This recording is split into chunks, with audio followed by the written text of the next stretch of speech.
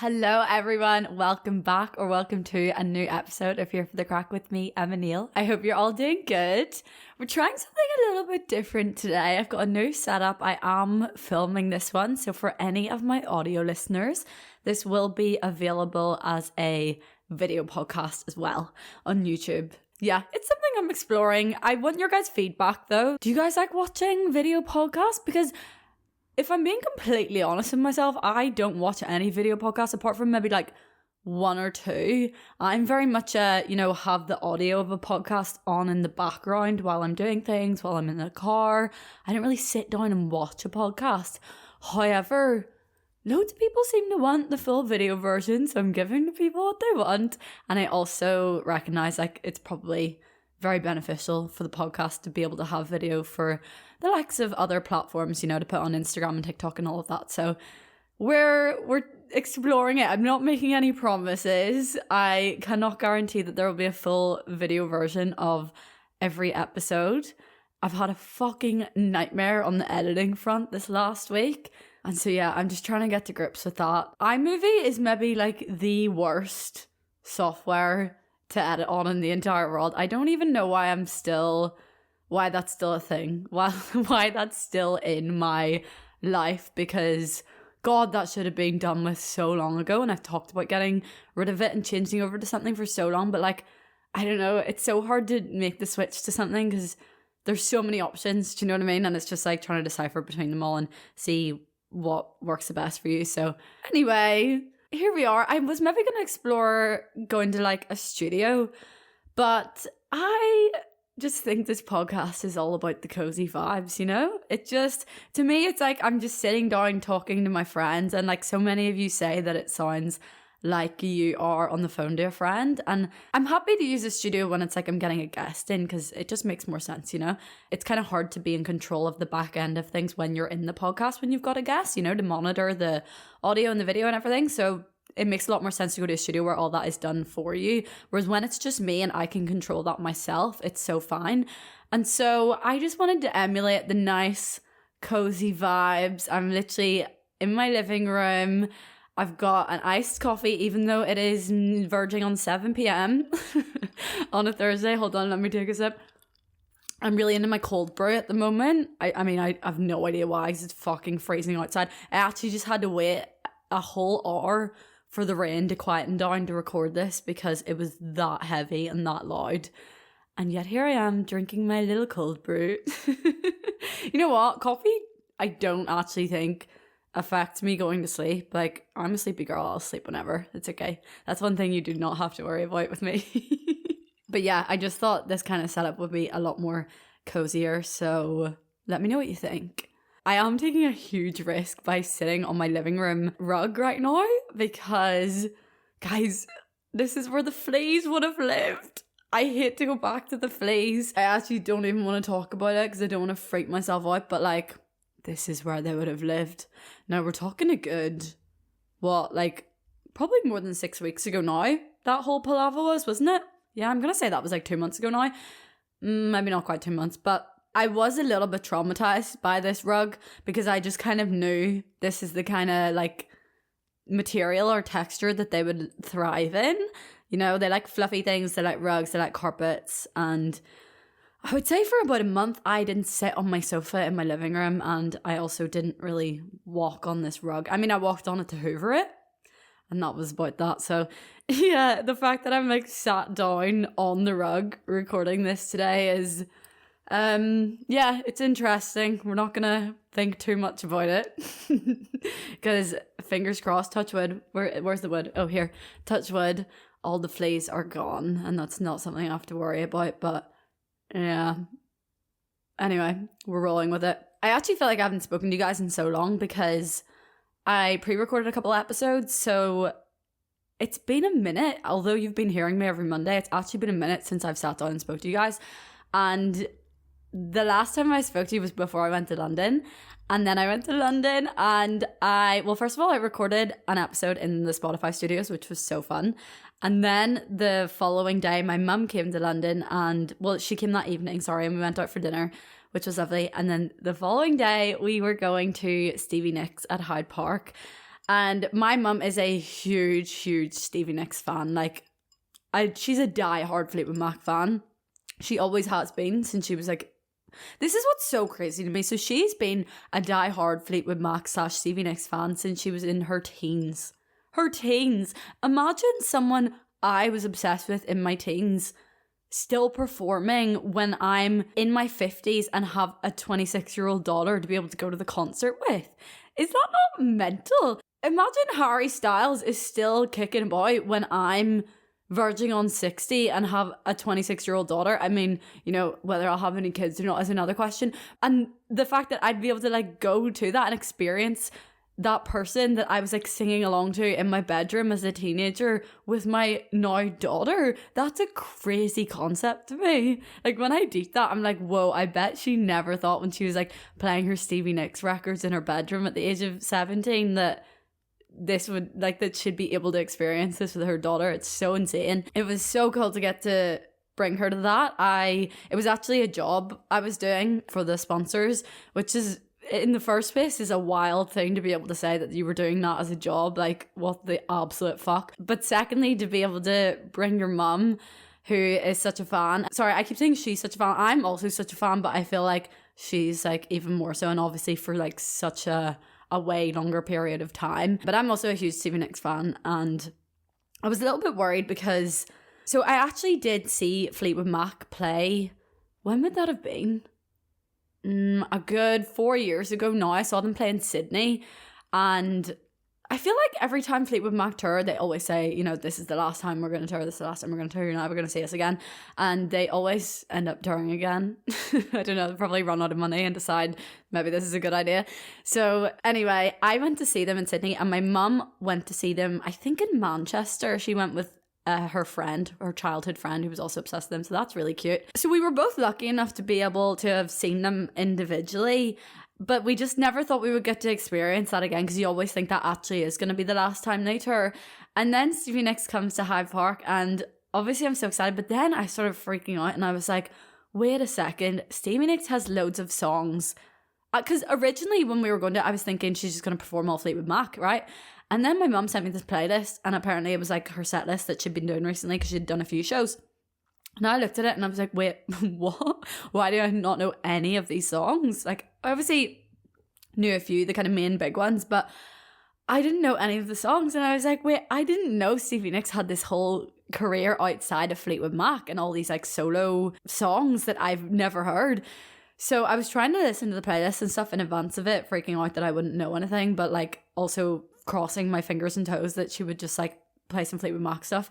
And she did a mix of it, to be fair. I think there was only a few, maybe like 2 or 3 songs I didn't know, but she did play a couple of the ones of her own that I knew, a couple of the Fleetwood Mac ones that I knew, and then she also just like sang a couple of ones that like the whole crowd knew, you know, like ones that she did covers of.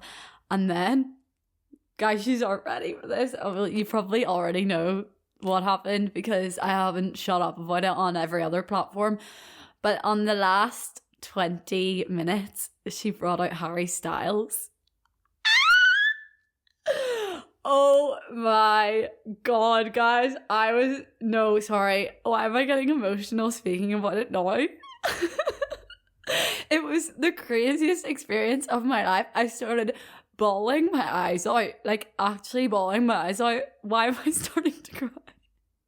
I can't believe I had that reaction. Like, if you had have told me if Harry Styles was to come out on stage right now, like what would be your reaction if you had asked me that? There's no way in a million years I would have told you that I would have had that reaction. But something just came over me. Like, I was such a One Directioner back in the day. Me and my friend Tammy, we were like One Direction obsessed from day dot, like when they were in X Factor. And she was obsessed with Louis and I was obsessed with Harry, and she would call herself Tammy Tomlinson and I would call myself Emma Styles. And I had like the full poster wall of them in my bedroom. I had One Direction pajamas. I went to see them in the X Factor tour. I went to then see them again when they came to Belfast on their actual tour. Once or twice. Can't remember. Anyway, and on that day, me and Tammy skipped school and went and waited outside of the place they were playing at so we could see them, and it rained the entire day and we got absolutely soaked through, and because it was raining they didn't even come out and say hello. But But luckily we did get to see them that night. But yeah, like when I say obsessed with One Direction and Harry Styles, I mean like, you know, to the ultimate level, basically. And so no wonder I had that reaction. I just didn't know that was still in me, you know, that little fangirl was still in me, because it wouldn't be like, I don't fangirl obsess over Harry Styles. I'm not like, you know, willing and ready to pay thousands of pounds to go see him in concert. I didn't try and get tickets for his last tour. I've talked about this before, but I'm not very on the ball with tickets. I'm very much more like if an opportunity comes my way and I'm able to get tickets, I'll get them. You know, if someone can't go last minute, or if someone knows someone that, do you know what I mean? I'm very much okay, when the time comes, if there's a ticket for me to buy, I'll buy one. But like, I'm not planning a year and a half in advance to go and see someone. Basically, I hadn't even tried to go and see him on his last tour, which looked incredible. And I'm actually really raging that I didn't get to see that. And I do think I definitely will try and go to see him on his next tour, because he's amazing and he's such a performer, and just the whole crowd and everything. Like, it just seems like such an amazing experience. But anyway, Stevie Nicks is talking on stage, and I love that woman. She is so funny. She's such a rock star. And at the age of 70, what is she, 77 or something insane like that? At the age of 77, for her to be performing like that and like talking the way she was to the crowd, she has all these like really funny and cute stories and anecdotes that she was telling us all, like kind of like the backstory of every song. And it was such a nice way for her to interact with the crowd, because I don't know, I don't feel like many people do that. Now, don't get me wrong, there are some performers that do interact with the crowd a lot and talk, but not in the same way she did, where she was like fully telling long stories, to the point that when people were talking around me, I was like, can you all shut the fuck up? I'm trying to listen to this woman. But like, she wasn't, I don't know, sometimes they were really long and she was losing people's attention, but she definitely wasn't losing me and my mum's attention, that's for sure. So anyway, it's coming to like the last half an hour of the concert, and she starts to talk about her best friend from the band, from Fleetwood Mac, is it Christy? Yeah, Christy, that's her name, right? Anyway, Christy passed away a year and a half ago, something like that. And the night that Stevie Nicks was performing in Hyde Park was actually Christy's birthday. And so it was a bit of an emotional one for her. And I think she wanted to do something in honor of her friend, basically, and make it like special. So when she came to singing Landside, she was talking about how she didn't know who she was going to perform this with, and you know, she was telling like the backstory, and she was talking about her friend and how it was her birthday and how performing has got her through this last year and everything. And she didn't introduce who she was bringing on, like she didn't say anything. She just kind of like talked about how she was thinking about who she could be able to sing this with, basically, to make it special. So the music starts, and out of nowhere, like literally just out of nowhere, Harry Styles comes on stage, and the camera obviously pans to him, and you see his face plastered across like the big screens at the front. Now, we actually were quite close to the front, but obviously it's way easier to see on those big screens, isn't it? And I started scream crying so loud. And so all the people surrounding me were all kind of like around my mum's age, and no one knew what I was screaming about, and they were all like, what's going on? And Harry Styles had a different haircut as well, so I think to that generation they kind of see him as this guy with like, you know, the dark curls and maybe like the bright coloured suit, so they wouldn't have necessarily like recognized him straight away, whereas like I knew the second he came out that it was him. And so I was screaming, but I couldn't get any words out because I was so overwhelmed and like crying, and everyone around me was like, what's going on? Like, why is she freaking out so much? And then I was able to get the words out, and I was like, it's fucking Harry Styles. And my mum was like, oh my god, is it? And then everyone around us was like, oh my god, is it? And I was like, yeah. Tears streaming out of my eyes. Oh my god, what an experience. And they put on such good performance together. Their voices are stunning together. And yeah, I'm obsessed. I didn't know I was obsessed or still obsessed, but I'm obsessed. Yeah, just what a way to round off that night, as if it wasn't good enough, you know? And my mum was like, oh, I'm so glad that happened for you, because you were humouring me by coming here, but now it's like been amazing for you. And I was like, no, I was not humouring you by coming here. You know, Harry Styles aside, that was an incredible concert. And yeah, I just had the best weekend ever. It's just so nice creating those kind of memories, I think, with your family. Like, that's just something I will never forget. It's like fully etched into my brain, you know? That experience of singing along live to the age of 17 with your mum. That's crazy. I've got a cute weekend ahead of me this weekend. We're going to a wedding tomorrow. And then it's actually our first anniversary on, I can't remember, is it the Sunday or the Monday? I need to double check that. But yeah, we're doing like a little night away in a cottage kind of thing, like a wee staycation for one night. He has the Monday booked off work. And we're just gonna like go on a nice big walk, do some nice cooking. Oh my god, my boyfriend has got into making sourdough bread recently. He's really ventured on this whole sourdough journey because it's like a fucking art, honestly. Or not art, it's like a science. Yeah, sourdough is like a science. It's crazy. And he's got really into it, and it's so cute having a fresh sourdough to wake up to at the weekend, and it's just so wholesome. Yeah, I don't know. Maybe that'll be a bit faffy though to bring up to the cottage, but it looks cute. I think it's near Newry, so you're kind of near lots of different walking trails, and it's also got a hot tub, which I'm very excited about. And I saw in one of the reviews that apparently there's cats that come into the house, and they were talking about it in a negative way in the review, but when I read the review I was like, oh my god, this is the best news ever. I just get to live out my little crazy cat lady cottage dream, but with a hot tub. What more could you ask for? Okay, pet and peek of the week. My pet of this week is just my fiasco on the editing front. My peak was waking up to fresh sourdough. That is elite. My recommendation of this week, I watched the Simone Biles documentary last night, and it was so good. What a woman, honestly. Like, please go and watch that. It's only 2 episodes. I think they're under an hour each, so it's just like the length of a movie. It's just such a good documentary. I don't know though why they didn't hold off on putting it out until after the Paris Olympics, but maybe they wanted to like end it on a definite high, you know, with her gearing up to go to the Paris Olympics just in case she has a bit of a flop. I don't know. But yeah, highly recommend. I think you always have such like a bias, I guess, or like what's the right word for this? Like there'll always be not a soft spot.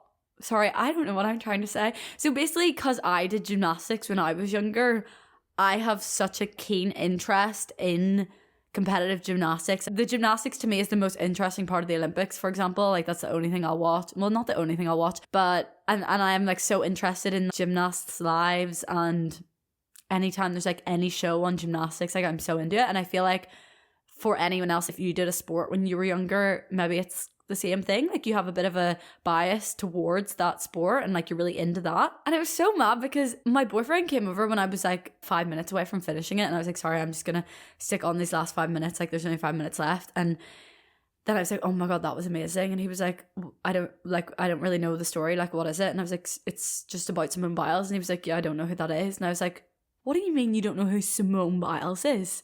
Are you actually having a laugh right now? What do you mean? She's the most one of the most famous athletes in the entire world, the most famous gymnast currently, and has like 5 different moves named after her because she's that fucking incredible, because she's managed to do things that like no one has ever done before. So she's got 5 moves named after her. Like she's that famous. How the fuck do you not know who Simone Biles is? And then I was like, actually, maybe that's just because I'm into gymnastics. I don't know.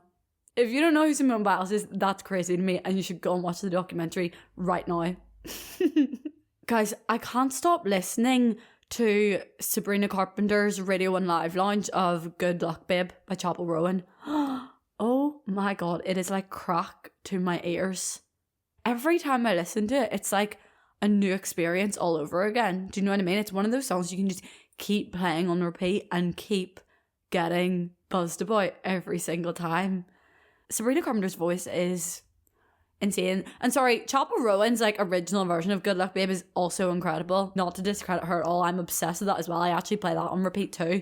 But something about that Sabrina Carpenter Radio 1 Live Lounge version of it is like, Oh my God. I need to somehow get that on Spotify so I can just put it on a loop and play it over and over again, because at the moment it's only on YouTube, and that was annoying when I was in my shower this morning and I wanted it to play 10 times over. Okay guys, so for this week's podcast, I wanted to talk a little bit about this whole kind of beauty blindness thing that has very much come to light, I guess, recently. It's been like a bit of a TikTok trend, I guess, with like the whole blush blind thing coming into play. Like, I swear for a while it was like everyone talking about their blush blind era. And I mean, I personally don't think there's such thing as being blush blind. Like, I love a good load of blush and I love when it's dramatic. I don't think there's such thing as too much blush, although I don't know, I get how like, yeah, in some of the pictures you could argue, yeah, and there maybe was a bit too much blush, but on me I'm just like, fucking load it on there, like whatever. Anyway, I wanted to talk a little bit about beauty blindness, because I feel like although the trending one at the moment is the blush blind thing, we've seen this happen so much with other beauty trends, like say with eyebrows, or like back in the day with the clumpy mascara. And look, I actually think some makeup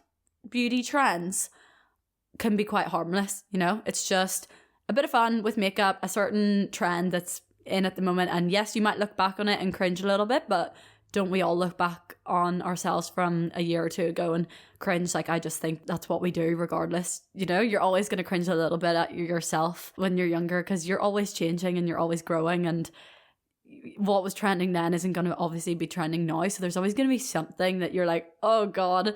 But yeah, I think the kind of makeup ones can be, you know, on the grand scheme of things, fairly innocent and fairly harmless, because at the end of the day, it's makeup.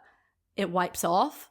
You can literally change what you do with it tomorrow, and you're not going out and buying like a whole load of products to fit this trend. For example, with the blush one, you're very much just applying more blush, you know? It's not some massive consumeristic thing that's like forcing you to go out and get all these different things done or spend all this money on a new product or anything. It's just a fun little trend with makeup. So some of them are pretty harmless, but some of them are actually very damaging when you get into things that are more permanent and not quite so as easily erasable as the likes of makeup. So for example, when things trend that require you to get filler or surgery or anything, like all of those can be extremely toxic and very damaging. And ultimately, you know, women's bodies, or anyone's bodies for that matter, shouldn't be trendy. Fashion can be trendy, go for it. Like if you want to go for fashion trends and work them into your wardrobe, absolutely go for it, because, you know, if you decide you don't like it, you can sell it. Maybe it will become your new fave thing and you'll wear it for the next 10 years of your life. At the end of the day, it's just a fashion trend. It's not that deep. And like in the same way with makeup trends, I don't think it's that deep. However, when it is deep is when it's like women's bodies and women's actual features coming into play, and like people actually wanting to change and manipulate their bodies to fit trends. I think it's extremely harmful, and I think body types should never be a trendy thing. Everyone has different bodies. We can all accept that. We do not have to make body types a trend, whether it's for men or women. I'm probably going to keep saying women because it's definitely more prevalent amongst women, but yeah, I mean, obviously neither is good. So yeah, we're going to discuss beauty blindness, and we're going to discuss a thing called perception drift, which is basically what happens as a result of beauty blindness, but we're going to get into that. So when it comes to makeup trends, I think what often happens is that we get so fixated on the thing that's trendy to the point of forgetting about how it looks overall. Do you know what I mean? So, for example, back in the day, the thing was like the big clumpy mascara. And this is what I mean with any like kind of trendy makeup thing.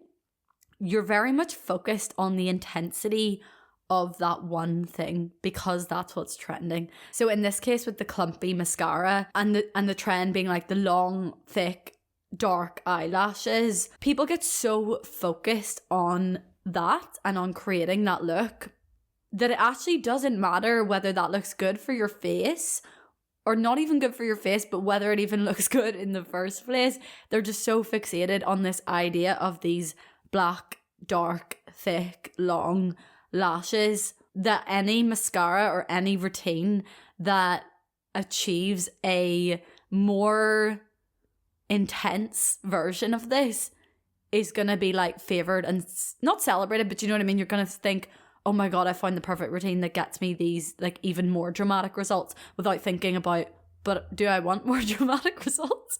Like, is that going to look good? But it's so funny because we completely forget that, you know, we'll move on from that and we'll look back at it and we'll think, oh my God, the absolute state of my eyelashes. But then we'll just move on to the next thing. And like, it won't even cross our brains for 1 second that actually that is just a trend. But sometimes you have to take a step back from these things and think, you know, this actually is just a trend and maybe I should not do it to the absolute extreme. But also, if you want to do it to the absolute extreme, that's also so fine. Like, maybe that suits you. Maybe that suits your face, suits your vibe, suits your style, a certain trend. And so you absolutely love embarking on this trend and it feels very you, and that's so fine. And also sometimes it might not feel very you, but you just kind of go along with it, and then looking back on it, you're like, oh Jesus Christ.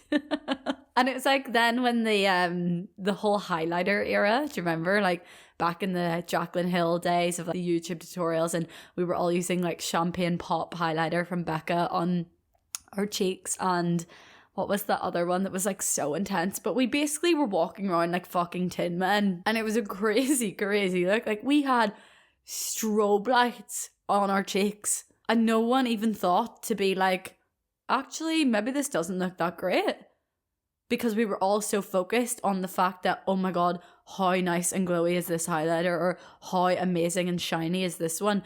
So we were focused so much on how glowy and shiny and sparkly and metallic looking a highlighter was that we forgot to actually look at the bigger picture and think, does this look good on our faces?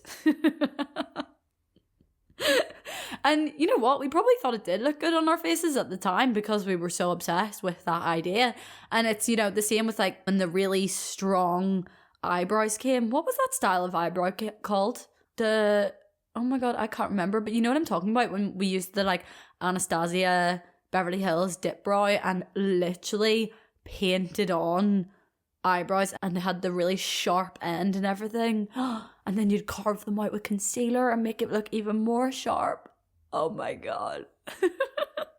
But this is what I mean. Like, these are all just little trends, and you naturally are just gonna look back on them and cringe at yourself having that makeup because, or like falling for that trend, because it's obviously then not what's trending right now. And I think to some degree we maybe are getting a little bit better at not like focusing too much on specific. Like, don't get me wrong, there's still loads of beauty and makeup trends that come into play. But I do think people are generally a little bit more, like, know better now what their face suits and know better how to do their own makeup, and therefore are a little bit less vulnerable to trends. They'll more so incorporate trends into their routine in a way that, like, works for their routine, if that makes sense. I do think people are generally more clued in with, like, what suits their face now. And the reason I'm saying that is because, you know, if you look at young people now, because the young girls are like the people who are really impressionable and really vulnerable to trends. And so, you know, if they're doing their makeup well and like to suit their face, I feel like that's when, you know, people know how to do their makeup, when even like the young girls are doing it well. Do you know what I mean? So I don't know, maybe that's just my perception of things, but I actually do think we're maybe a little bit less vulnerable to these things, and just maybe more treat them as like just kind of having fun with makeup and playing with it, and like, yeah, just introducing these trends in a more fun way, as opposed to like, oh my God, I have to find the most beaming highlighter in the entire world. I have to walk out like I've got fucking gold smeared across my whole face. Do you know what I mean? I don't think we're maybe quite so fixated on specific things, if that makes sense. I don't know. I could be wrong. When I was getting my hair done the other day, my hairdresser actually mentioned that blonde people that dye their hair blonde, end up always getting what he refers to as Blondorexia. And I have 100% had Blondorexia. And I feel like everyone I know that dyes their hair blonde has also had a time in their life where they've had Blondorexia. But basically Blondorexia, as my hairdresser has coined it, I don't know if he's coined this, by the way, or if this is like a known term, but it was the first time I'd heard the term. And anyway, he says it's when people that are dyeing their hair blonde lose sight of what their hair actually looks like overall what their hair looks like and how it looks with their face and everything in trying to achieve the most blonde you could ever be. So, you know, when you start getting your hair done and you're wanting to go blonde, you might just start when you're younger with a few highlights, you know, very sporadic highlights here and there, a bit of balayage. It's getting a little bit lighter, and then gradually you start getting more, and you start getting them chunkier, and you start getting them lighter, and you start getting them toned as well, so that they're like white, because you don't want that like yellowy blonde. And that was something I was so scared of, was having like yellow blonde hair. That was like honestly my biggest fear, because I remember looking back at photos of myself and thinking my hair was bright yellow and no one told me. So then I was like, went the whole other direction where I was using purple shampoo on my hair far too much, and actually my hair was fucking grey. Like my hair was just straight up lilac, and no one wanted to tell me. Actually, that's a lie. My sister and mum used to tell me all the time, and I was like, yeah, but I have to have it like that because I don't want yellow hair. So yeah, in this kind of like journey to going more and more blonde and more light and more ashy toned and white, you kind of lose sight of what actually suits your face and what's good for your hair and what just looks good in your hair as well. And I got to a point there where it was just too much. You know, up until a couple of years ago, I only went to the hairdressers 3 times a year and got a little top up of highlights. I wasn't like really obsessed with constantly being blonde. And I think in recent years I got really obsessed with it, and I had this thing in my head where I only looked good when I had a fresh, you know, bit of blonde in my hair. And it got so obsessive to the point that like even me going every 2 months, I didn't feel like was enough. And I was like getting to the 6-week mark thinking, should I actually book in now? Should I try and see if he has any cancellations and move my appointment forward to then? And I'd very much just like fallen into that blondorexia trap of just like always wanting the lightest and brightest blonde hair. And actually that's not necessarily what I suited. Now that I've toned it down and I've, you know, tried to space out my appointments a little bit more and try and soften my root so it's more like a gradual brown into the blonde, and overall try and look a bit softer and more natural, and also means for me that it's less maintenance and less expensive as well, because it's crazy going to the hairdressers that often. But yeah, I'd completely lost sight of like what looked good. And looking back on pictures of me, don't get me wrong, I still love me with a fresh set of blonde highlights in my hair, and when it's looking really nice and bright and white, like it looks so nice in the summer and everything, and I don't doubt that. However, first of all, it's not good for your hair. Second of all, it's fucking terrible for the bank account. And third of all, actually a lot of the time it looked awful because I was toning it so much that it was so grey and I was looking so washed out and disgusting. And now that I've brought a little bit of warmth back into it, it actually looks so much better against my skin tone. And the amount of people that have complimented my skin tone since I brought a bit of warmth back into my hair is so crazy. You would never think that's a compliment that people would say to you, and it's not a compliment I've ever got before. And so then for so many people to have said that same compliment to me just by me like having a bit of more warmth back into my hair is so crazy. But I'd obviously just completely lost sight of what actually looked good with my face and my skin tone on this quest to be the blondest person in the entire world. I was almost getting to the point where I was like, I want to get a scalp bleach. Is that what you call it? A scalp bleach? A bleach scalp? No, a scalp bleach. Yeah, where you get your whole head bleached from the root, not highlights, fully bleached. And I said this to my hairdresser. I was like, I want this, but I'm not going to get it because I will have no hair in a year's time. And he was like, yeah, I would never do that to you. I'm not doing that to you. He was like, I'm glad you don't want it, and I'm glad you can see that, because there's no way I would do that on your hair. Like, can you imagine how much I would have ruined my curls on the quest to be as blonde as I could possibly be? And so there's a very good example of fixating too much on this like one thing and getting like that one thing to be the most intense version of that thing, if that makes sense, whilst forgetting about the overall look of something. And so that is what blondorexia is. And if you're a victim of blondorexia, I urge you to take a step back, think about your bank account, think about the health of your hair, and think about what actually looks good with your face, because you've probably lost sight of that along the way. Another one, oh God, guys, I think this is potentially the worst one, and that is the tan epidemic, the Sambaritz tan epidemic. Oh God, the chokehold that fake tan mousse had on us at the age of what, like 14 till 17, I want to say, was insane. The colour of my hands going into school every day was not normal. I'd go as far to say that it's offensive. It's offensive and it's criminal. Yeah, there is actually no denying that whatsoever.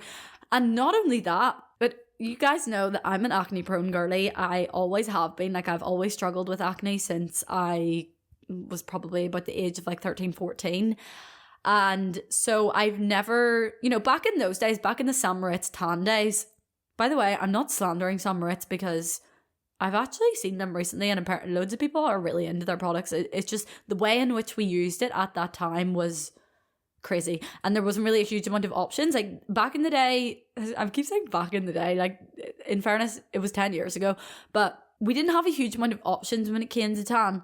Everyone was kind of just using Sambaritz. It was either that, or if you were into the more natural look, you could use like the likes of your Dove moisturizer or your Garnier moisturizer. And if you had money, I don't know, maybe there was like, what was that other, Saint Tropez, maybe you could afford. My mom was never going to buy me a 20 quid bottle of tan when I was 14. You know what I mean? I was getting that in Tesco's for £3. Anyway, there wasn't a huge amount of options. And I even think within Sambaritz there probably was a light one and then like a light to medium, and then there was probably a medium to dark, and obviously all of us were going medium to dark, weren't we? And it was that, like, it was so green. Do you remember how green it was? And your sheets would be stained green, and your hands, like, I didn't know at that time. We didn't have TikTok. We didn't have these like platforms to teach us how to do these things. Oh, actually, maybe I did watch a tanning routine on YouTube. Anyway, when I first would have started fake tanning, I definitely didn't have like a video to go off. It was very much just like, word of mouth between your friends, I guess, and like sharing tanning tips. And I would never have known in a million years to, have done the whole moisturizer on your hands and feet and knees, or Vaseline on the palms of your hands to make sure it didn't get on there, or there was nothing like that, no, like my mum didn't know either because she wasn't like a fake tanner. Yeah, you were very much just winging it. And God, yeah, the colour of your hands like going into school. Oh, sorry, I was getting somewhere with me being an acne prone girly. Sorry, not me going off on a million tangents when I'm literally talking about tan. So always been an acne prone girly, and therefore like the tan that you would put on your body would have always broken me out on my face. I did try it a few times, and I tried putting on my skincare first and then putting it over that, and it never worked. It always broke me out. And so I kind of came to the realization that this was not something I could do like other girls could. And as I said, this was a time where we had really limited tanning options, and face tan back then was not a thing. It wasn't a thing. You were either using the tan you were putting on your body but on your face and maybe using a makeup brush to put it on with, or you were using like the gradual tanning moisturizers on your face, but those were also breaking me out if I used them on my face. And there was none of the tanning mists, the serum drops, nothing like that. So I quickly came to the conclusion, I cannot use this tan on my face. I will literally be ridden. I mean, I was already ridden with acne, but I was like, I'll be even more ridden with acne. So that's not something I can do. So therefore, I'm going to tan right up to my neck. Right up to my chin, to my jawline. So including my neck. So neck down to the feet. I was a shade we'll not even talk about. And then my face was pure white. Oh my God, guys, when I think about it. And look, that was fine if I was gonna put makeup on to match my tan, which I did at the weekends and a few days in school. Yeah, in fairness, I think I did wear, I actually can't remember. I have such a weird memory when it comes to school. I think I definitely went through phases where I wore makeup every day to school. Like, there was probably a very insecure period of my life where my skin was bad, where I would make sure to get up with enough time to do my makeup before school. But there definitely were also periods where I wasn't really that bothered about wearing makeup to school. So I actually don't really remember. But anyway, there was definitely a few times a week, I would say, when I wouldn't have time to match my face to the rest of my body. And I would literally go into school with a mahogany neck and hands. I mean, you can't see the rest of your body because in your school uniform, like with the tights and everything, you can literally just see neck and hands. Mahogany neck and hands and a pure white, as in ivory, face. Who let me out like that? Oh my god, who? Honestly. But then we were all doing it. Everyone was doing it. I mean, I was definitely to the extreme. I had Tanorexia. I did have a couple of other friends that were in the same boat, and everyone within the group was tanning to some degree, but I definitely was at the extreme end of it, where I was like so obsessed with tan. And a lot of it came down to also, I guess, well, I think I was really insecure with my skin and my acne, and so I always kind of thought that, you know, when I was darker and more tan, that it was less noticeable on my face. Do you ever find that, like with pale makeup, you feel like you can still see your spots, but with darker makeup, I guess there's like less of a contrast between tan skin and red spots compared to like white skin and red spots. And so I think it like made me feel more comfortable in my skin being more tan because I thought it like covered my acne more.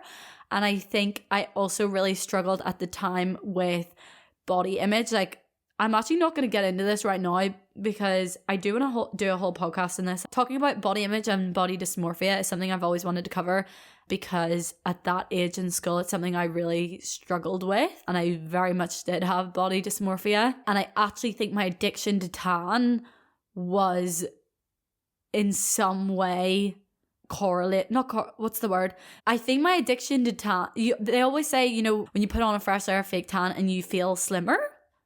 And I think that was also maybe partly to do with my body dysmorphia, was because when I put on tan, I felt slimmer. But yeah, every time I think about doing a whole episode on that, I'm like, God, I don't know if I need someone else on to kind of bounce off, do you know? I feel like I need someone who maybe knows a little bit more about the topic, so I'm not just speaking from experience. But yeah, Tanorexia was a real fucking problem, and all I can say is thank God we are not in that era anymore. I think anyone that was still tanning themselves to that colour, to that degree, would actually, like, I think it would be a cancelable offence. But yeah, Tanorexia is a real thing, and thank God we're out of that era. And I actually don't think young girls are into that anymore. You know, I never really see girls that, like, say were the age I was when I was like going overtime on the fake tanning. I don't really see them that being that dark anymore. I think it was very much like at that time kind of thing. And I think the tanning industry has come such a long way since then, and there's so many more natural ones, and you don't have to look like an actual Oompa Loompa. But yeah, that's a great example of something that quite clearly did not look good in any way. Like, who was I kidding? There was no way that looked good in any scenario, with any outfit, for any occasion. Do you know what I mean? Like, there was just no occasion where that ever looked good, and I couldn't even see that for myself because I was just so absorbed in like being so tan, and I thought that's what looked best on me. I can see the hands right now. Like, I can see the hands poking out of my little blazer. Oh, the green brown hands. Anyway, as awful as that may have looked, or like any of those last ones that I've talked about, as bad as they may have been at the time, you know, looking back, you might cringe the fuck out at yourself for being so obsessed with that thing and like not being able to see the bigger picture. At the end of the day, all of those things are quite trivial. Do you know what I mean? Like, they are very much, we've learned from them. I've learned from them. I've moved on. I'm not obsessed with those things anymore. It was very much a phase. You know, it's as simple as going to the hairdressers less often, or getting a lighter tan, or stopping putting on so much blush. Do you know what I mean? Like, they're very easy fixes.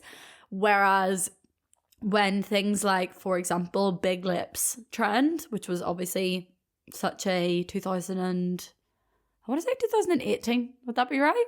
I don't know. I feel like my brain always goes to 2018. That could be completely wrong. Anyway, the Kylie Jenner kind of lip era, when things like that trend and cause people to take a lot more drastic measures to fit this trend. for example, by getting lip filler. I mean, I know there was also like the overlining of the lips and all of that, but I feel like this is when lip filler and filler in general started to really, really pop off. Was from the whole big lip Kylie Jenner era. And I'm not, sorry, I keep saying Kylie Jenner. I'm actually not putting it down to Kylie Jenner. She played a huge role in the whole thing and was kind of like a big catalyst for it. And then especially with like her lip kits and everything and like, you know, using her lips very much as a brand. So she very much was like at the center of it. But obviously she didn't single-handedly do it. There was a lot more people like playing into this as well. So yeah, something like that causes people to do things that are a lot more permanent is a lot more damaging. And the thing is about filler is that it's always been painted out to be as this like very reversible, non-permanent thing.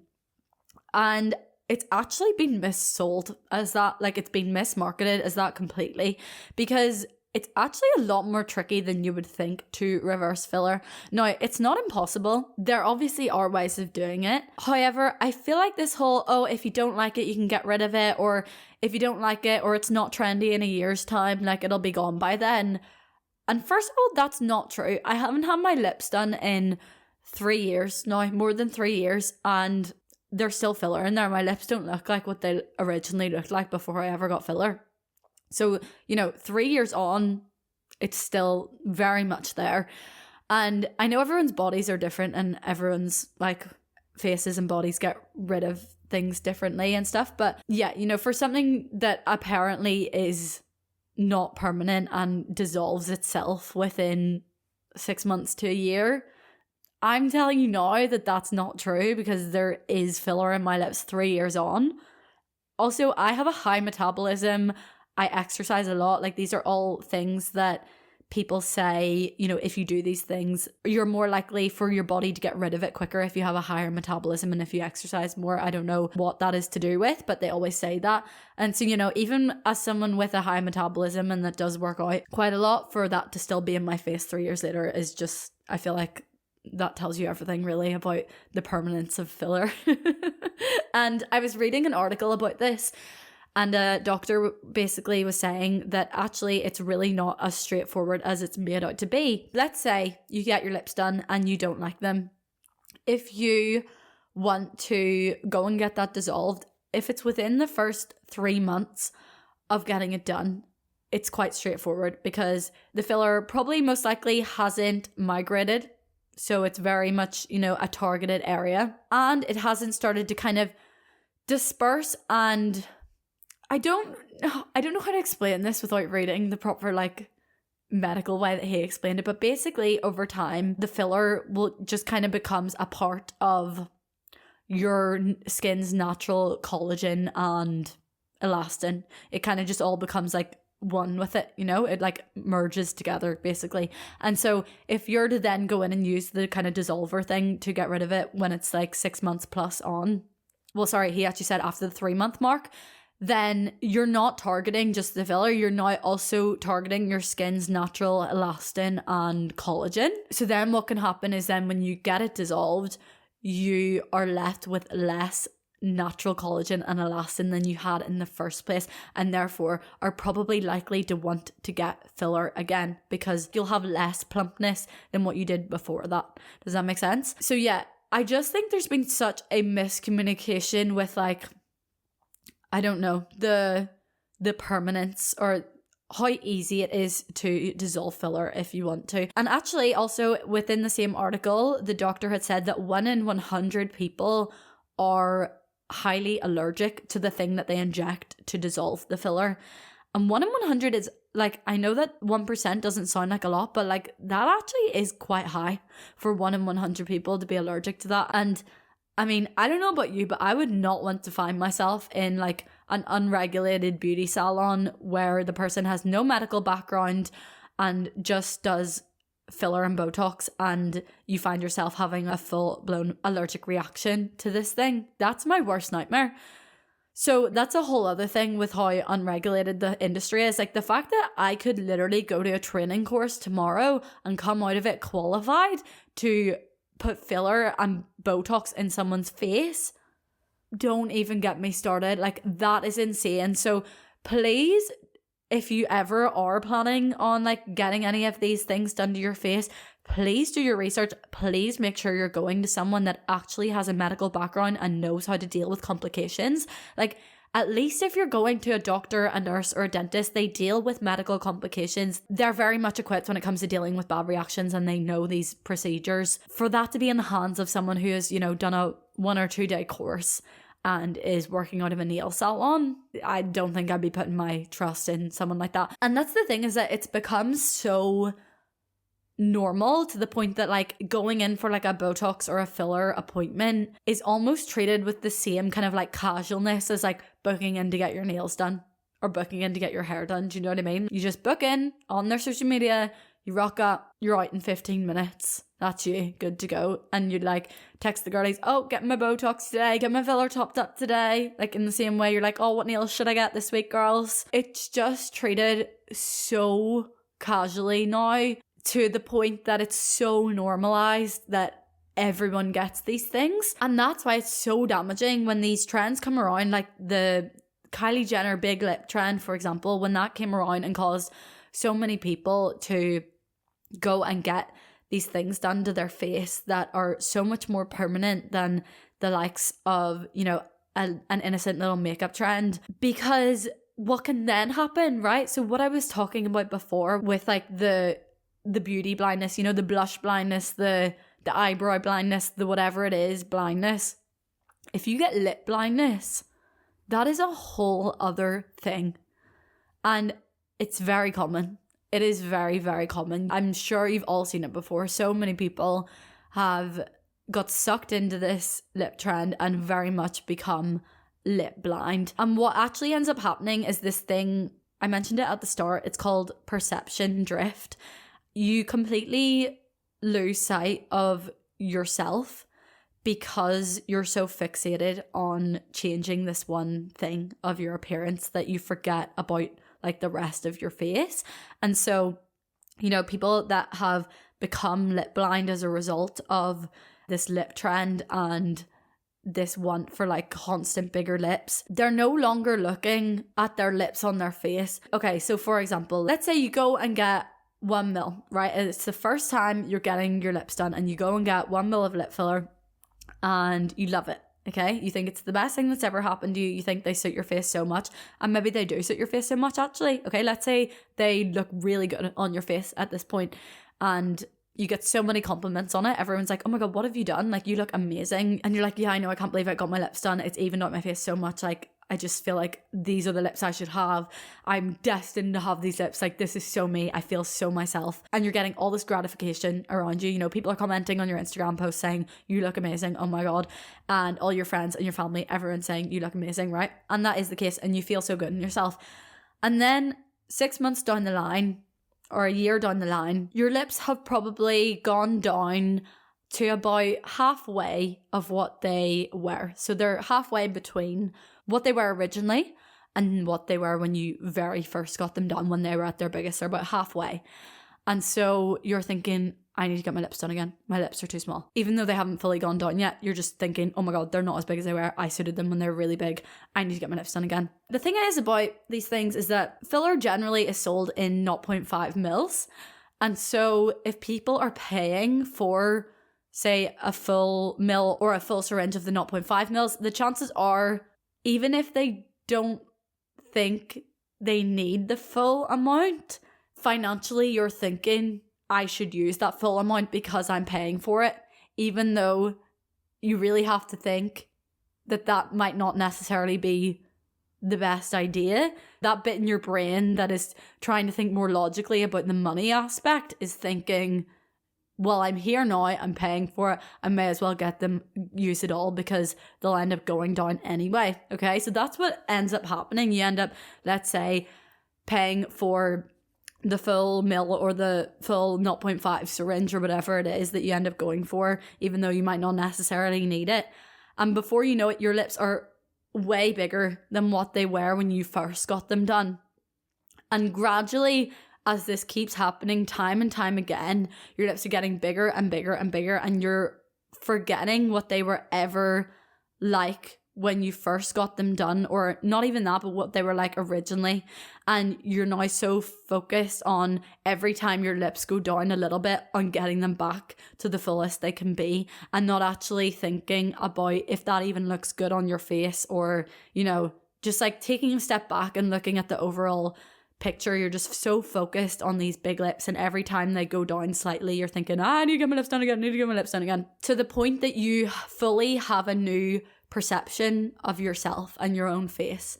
It's like very much a form of body dysmorphia, and it's called perception drift. So it's literally when your perception of yourself has completely drifted from what it actually is. So yeah, it's very much a form of body dysmorphia. And it's a very, very real and prevalent thing today because of filler and I guess the availability of surgery and everything these days as well. Or sorry, I mean accessibility, not availability. Because you're so fixated on one thing. And what happens when you become fixated on something in a negative way like that, your thoughts can really start to spiral. If you don't get in there and like tell yourself, stop fixating on this, if you don't nip it in the bud and quite literally be like, no, stop fixating on this, your thoughts will get so out of hand so quickly. You know what it's like when you start in that kind of like negative thought cycle about something, or that pattern where you're just like catastrophizing something and making it out to be a way bigger thing than it is in your head. So if you feed into those thoughts and you get sucked into them, no wonder you lose sight of everything else, because it's so easy to let your mind and like those thoughts in your brain take over. Guys, I've decided to split this episode up into 2 parts because your girl clearly has a lot to say on this topic. I think I ended up speaking on this topic for the guts of 2 hours. So yeah, we're going to leave it here for this week, but make sure to come back next week for part 2. I also literally say at the very end of the episode that you will now hear next week that I have so much more to say on this topic, and if you want a part 2 to let me know. So obviously that now means a part 3. But yeah, we'll save that for another time. If you guys were watching this as a video version on YouTube, make sure to give it a thumbs up and subscribe. If you're listening to the audio version, follow the podcast, leave a review. Also, you can leave me a little comment now on Spotify, which I absolutely love. I love seeing all of your feedback and your comments on last week's episode especially. But yeah, as always, thank you all so much for your continued love and support. It means the world to me. I love you guys so much. I will speak to you in next week's episode. Bye!